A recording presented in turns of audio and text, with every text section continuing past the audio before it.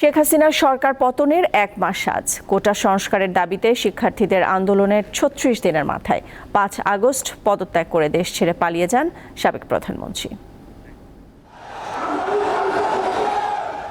২০১৮ সালের ফেব্রুয়ারিতে প্রথম দফার আন্দোলনের সময় জাতীয় সংসদে কোটা বাতিলের ঘোষণা দেন সাবেক প্রধানমন্ত্রী শেখ হাসিনা। ওই বছরের ৪ অক্টোবর কোটা বাতিল প্রসঙ্গে পরিপত্র জারি করে সরকার। চলতি বছরের ৫ জুন কোটা বাতিলের পরিপত্র অবৈধ ঘোষণা করে রায় দেয় হাইকোর্ট। এর পরদিন পরিপত্র বাতিলের প্রতিবাদে ঢাকা বিশ্ববিদ্যালয়ে বিক্ষোভ সমাবেশ করে শিক্ষার্থীরা। মূলত ওই দিনেই কোটা সংস্কারের দাবিতে শিক্ষার্থীদের দ্বিতীয় দফা আন্দোলনের বীজ বপন হয়। ১ জুলাই বৈষম্য বিরোধী ছাত্র আন্দোলনের ব্যানারে ঢাকা বিশ্ববিদ্যালয় সহ দেশের বিভিন্ন বিশ্ববিদ্যালয়ে কোটা বাতিলের পরিপত্র পুনর্বহালের দাবিতে ছাত্র সমাবেশ ও বিক্ষোভ হয়।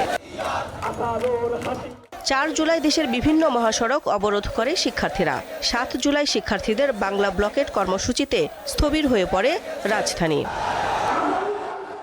সরকারি চাকরিতে সব গ্রেডে কোটা সংস্কারের ১ দফা দাবিতে ১৪ জুলাই রাষ্ট্রপতি বরাবর স্মারকলিপি দেয় আন্দোলনকারীরা।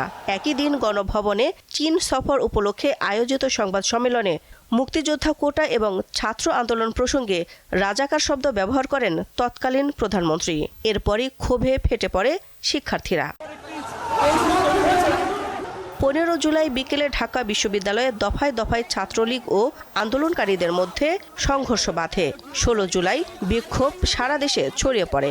আন্দোলনকারীদের ওপর police tear gas, rubber bullet ও ছড়রা গুলি চালায়। সাথে ছাত্রলীগ যুবলীগের কর্মীরা দেশীয় অস্ত্রশস্ত্র ও বন্দুক নিয়ে হামলা করে। এতে নিহত হন ৬ জন। মধ্যরাতে বন্ধ করে দেয়া হয় মোবাইল নেটওয়ার্ক।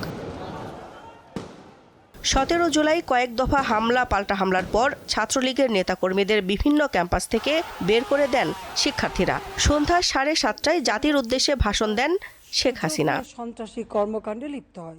১৮ জুলাই সকাল থেকেই দেশব্যাপী প্রতিরোধ, সহিংসতা, সংঘর্ষ ও গুলির ঘটনা ঘটে। অন্তত ৪১ জন নিহতের খবর পাওয়া যায় এদিন। ১৯ জুলাই মধ্যরাত থেকে দেশব্যাপী কারফিউ জারি করে সরকার। ২১ জুলাই সরকারি চাকরিতে নিয়োগের ক্ষেত্রে কোটা পুনর্বহাল সংক্রান্ত হাইকোর্টের রায় সামগ্রিকভাবে বাতিল করে রায় দেয় সর্বোচ্চ আদালত। ২৬ জুলাই কোটা সংস্কার আন্দোলনের ৩ সমন্বয়ক নাহিদ ইসলাম, আসিফ মাহমুদ ও আবু বাকের মজুমদারকে হাসপাতাল থেকে মিন্টো রোডের ডিবি কার্যালয়ে নেওয়া হয়। পরে সার্জিস আলম, হাসনাত আবদুল্লাহ ও নুসরাত তাবাসসুমকেও হেফাজতে নেয় ডিবি। ২৮ জুলাই ৬ সমন্বয়কের সঙ্গে এক টেবিলে বসে খাবার খাওয়ার কিছু ছবি প্রকাশ করেন সে সময়ের ডিবি প্রধান হারুনুর রশিদ। ওই দিন রাতে এক ভিডিও বার্তায় আন্দোলন প্রত্যাহারের ঘোষণা দেন ৬ সমন্বয়ক। পরে ১ আগস্ট দুপুরে ডিবির হেফাজত থেকে ৬ সমন্বয়ককে ছেড়ে দেওয়া হয়। পরদিন ৬ সমন্বয়ক জানান, ভিডিও বার্তায় যে ঘোষণা তারা দিয়েছিলেন তা স্বেচ্ছায় ছিল না। এই মুহূর্তে থেকে আমাদের কর্মসূচি প্রত্যাহার করছি। ৩ আগস্ট আন্দোলনকারীদের আলোচনার প্রস্তাব দেন শেখ হাসিনা। তবে সেই প্রস্তাব প্রত্যাখ্যান করে সমন্বয়কারীরা।